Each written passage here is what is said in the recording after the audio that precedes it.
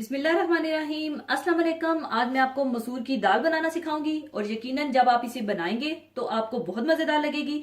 तो इसको बनाने के लिए हमें चाहिए होगी मसूर की दाल 250 ग्राम या 1 कप भरकर ले लीजिएगा, और 1 अदद प्याज बारीक काट लीजिएगा, और 1 अदद टमाटर इसे भी बारीक काट लीजिएगा, और 4 से 5 जवे लहसुन के जिन्हें इस तरह से रफली काट लीजिएगा, और 4 अदद हरी मिर्चें बारीक कटी हुई, नमक हस्बे जरूरत, सुर्ख मिर्च पाउडर हाफ टी स्पून, हल्दी हाफ टी स्पून, धनिया पाउडर हाफ टी स्पून, और 1 अदद चिकन क्यूब। और अगर आप चिकन क्यूब का इस्तेमाल नहीं करना चाहते तो आप इसके बगैर भी बना सकते हैं। और इसके तड़के के लिए हमें चाहिए होगा देसी घी हाफ कप। देसी घी के साथ इसका टेस्ट बहुत अच्छा आएगा, लेकिन अगर आपको कोई प्रॉब्लम है या देसी घी का इस्तेमाल नहीं करना चाहते तो कोई इशू नहीं है, आप तेल का भी इस्तेमाल कर सकते हैं। और साबुत सफेद जीरा 1 टीस्पून, फ्रेश अदरक लहसुन पिसा हुआ 1 टेबल स्पून, और साबुत लाल मिर्चें 5 अदद, और इसके अलावा बारीक कटा हुआ हरा धनिया हस्बे जरूरत चाहिए होगा।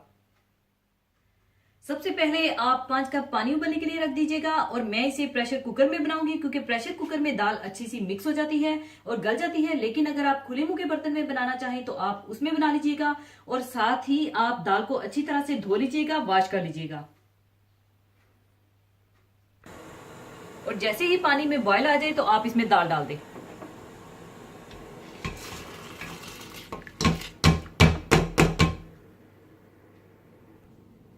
और साथ ही आप इसमें प्याज, टमाटर, लहसुन और हरी मिर्चें डाल दें।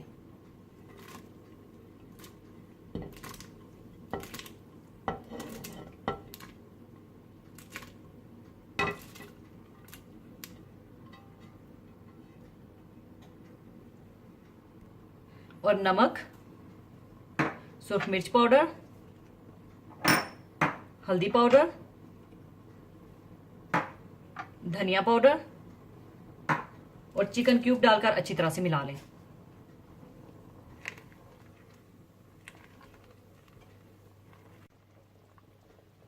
इसके बाद कुकर को बंद कर दें, और जैसे ही विसल बजेगा इसे मैं 10 से 15 मिनट के लिए कुक करूंगी, और फिर चूल्हा बंद करके जैसे ही इसका प्रेशर कम होगा तो मैं प्रेशर कुकर को खोल लूंगी।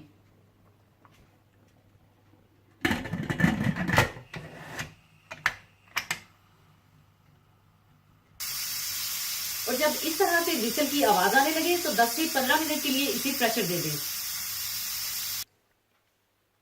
10 से 15 मिनट प्रेशर देने के बाद अब इसे मैं खोल लूंगी,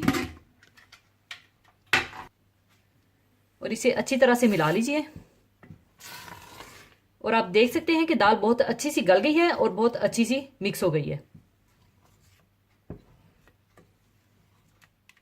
और अगर आप दाल को थोड़ा पतला रखना चाहते हैं तो आप इसमें 5 कप पानी के बजाय 6 से 7 कप पानी डाल दीजिएगा। और अब मैं इसमें हरा धनिया शामिल कर दूंगी।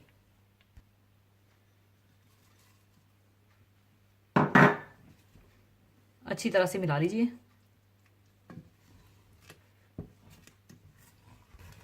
और साथ ही आप इसका तड़का तैयार कर लीजिए। और इसके तड़के के लिए आप देसी घी गर्म कर लें।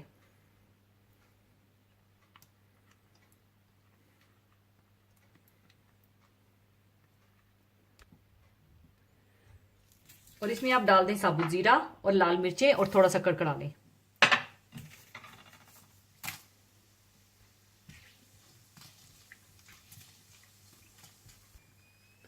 और जैसे ही अच्छी सी खुशबू आने लगे तो आप इसमें पिसा हुआ अदरक लहसुन डालकर थोड़ा सा भून लें।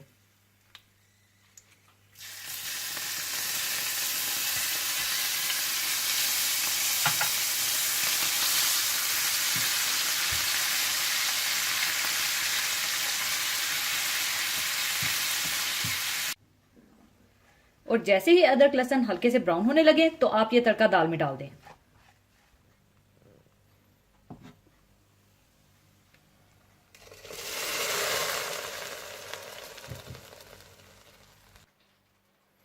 और इसे अच्छी तरह से कर लीजिए मिक्स, और अब इसे मैं सर्विंग डिश में निकाल लूंगी।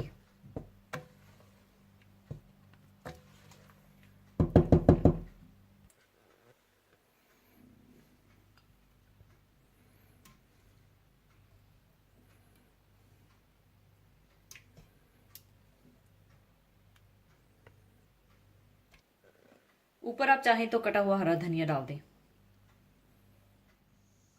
लीजिए, बहुत मजेदार मसूर की दाल तैयार है, जरूर बनाइएगा। और जाने से पहले एक हदीस पाक शेयर करना चाहूंगी।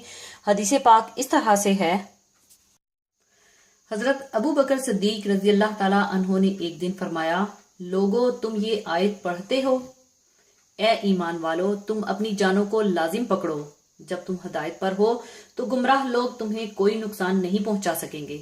और मैंने रसूलुल्लाह सल्लल्लाहु अलैहि वसल्लम को ये फरमाते हुए सुना है कि लोग जब जालिम को यानी जुल्म करते हुए देखें और इसके हाथों को ना पकड़ें यानी जुल्म से ना रोकें तो करीब है कि अल्लाह ताला इन सबको अपने अजाब की लपेट में ले ले।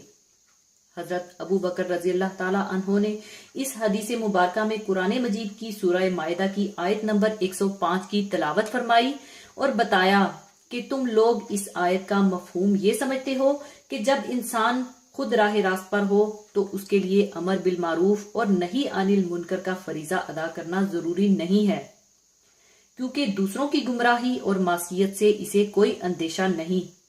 यूं उम्मत मुसलमान की जमीन में शरीयत इलाहिया के नफाज की जिम्मेदारी नहीं है, सिर्फ अपनी जात की इस्लाह की जिम्मेदार है। हजरत अबू बकर रजी अल्लाह ताला अन्हो ने मज़कूरा हदीस बयान करके इस मफहूम की तरदीद फरमाई है, जिससे ये वाज़िया हुआ कि हत्तुल इम्कान बुराई को रोकना उम्मत की जिम्मेदारी और हर फर्द का मनसब है। हत्ता के कुदरत रखते हुए हाथ या जुबान से ना रोकना अल्लाह ताला के अजाब को दावत देना है। हजरत अबू बकर रजी अल्लाह ताला अन्हो ने इस आयत का असल मफहूम वाज़ह फरमाया है कि ए ईमान वालो अपने आप को संभाल कर रखो, कहीं लोगों की गुमराही का तुम पर भी असर ना हो जाए और तुम हदायत के बाद दोबारा गुमराह ना हो जाओ। और ये इसी तरह हो सकता है कि गुमराह लोगों को मुसलसल अमर बिल मारूफ और नही अनिल मुनकिर करते रहो, वरना तुम खुद इनसे मुतासिर हो जाओगे।